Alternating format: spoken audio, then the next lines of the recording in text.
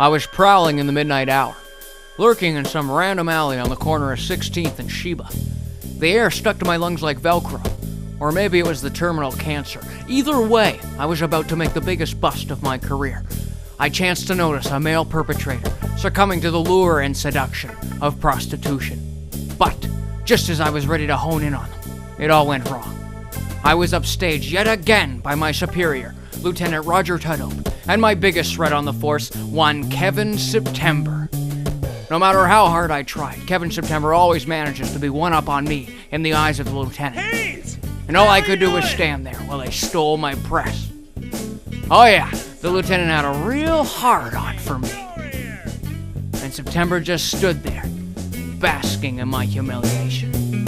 Let me tell you about Kevin September. He joined the force in 1987. He was a phenom in the academy, saving 6 orphan babies in 1 week and volunteering his Sunday afternoons cutting hair in a local salon. I mean, he rose to the top ranks of the squad, becoming the pinnacle of public safety, out to protect every citizen. Oh, and he was a favorite of men's fedoras. He kept his body in tip-top shape, whether it be the bench press or the clean and jerk. He also kept his intellect sharp by reading to deaf children to boost their morale. Kevin September, an all-around good guy. But anyway, a couple of days later, on an ordinary evening, I noticed a quite unordinary occurrence. I was in the midst of enjoying a burrito when I realized what was unfolding before my eyes. I thought back to a conversation I had heard between the lieutenant and September. They spoke of a man named Vinnie Crooks, a criminal mastermind behind this town's largest bootlegged video ring. I thought for a second about taking down the license plate number, but just as I took a bite of my burrito, he was gone. The next day, I was called into a meeting in the lieutenant's office. We started off with the usual mumbling and stuttering, but the main topic of conversation was my incompetence on the force. He went to casually mad with a stress ball to just plain mean. I don't think he realized how much he hurt my feelings that day. He's been in my face since day one, so this wasn't too unusual. But the strange thing was the confidential file he kept waving in front of my face. As he stormed out of the room, I noticed the confidential file had bootlegged video ring written on the very front of it. I knew this was an opportunity I could not pass up. So I took the file back to my home office for further investigation. This was the hot tip I'd been waiting for in this case. So I decided I would celebrate my finding by pouring myself a glass of fine bourbon.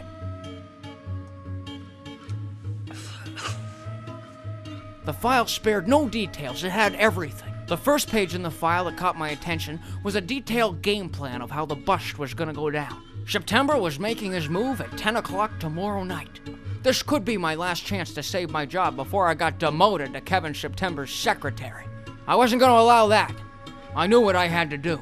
To impress the lieutenant, I would show up several minutes before them and apprehend Vinnie Crooks myself. It would go down as the biggest arrest by one single detective in force history. So later that night, I made my move. I knew I was going to need supplies, so I stopped by a local Canadian Tire. I purchased 150 feet of industrial-strength rope, one oversized flashlight, and a red balaclava. Getting in wasn't quite as easy as I thought, so I had to act fast. I wasn't exactly sure where the lieutenant and September were, but I knew that they would be on their way soon. Once I was in the building, I had absolutely no trouble getting around. The file had pinpointed the exact location of where I needed to be. I knew I had found the right place as soon as I'd walked in. I had reeked of complete disrespect of copyright laws. And sure enough, I had found his workstation, stacks and stacks of VHS cassette tapes. I'm talking Weekend at Bernie's. Weekend at Bernie's, too.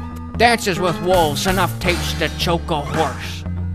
I quickly assessed the documents at his desk, knowing that Crooks would be here at any minute. Luckily, my keen sense of hearing heard the elevator door open. I immediately took my position in the closet. Now it was just a matter of playing the waiting game.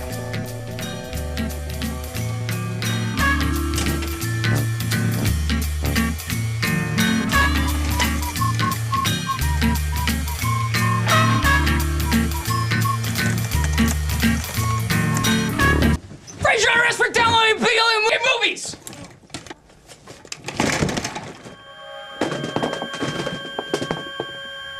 I busted in on him with flawless precision. But wouldn't you know it, the bastard had a heart attack right there on the spot.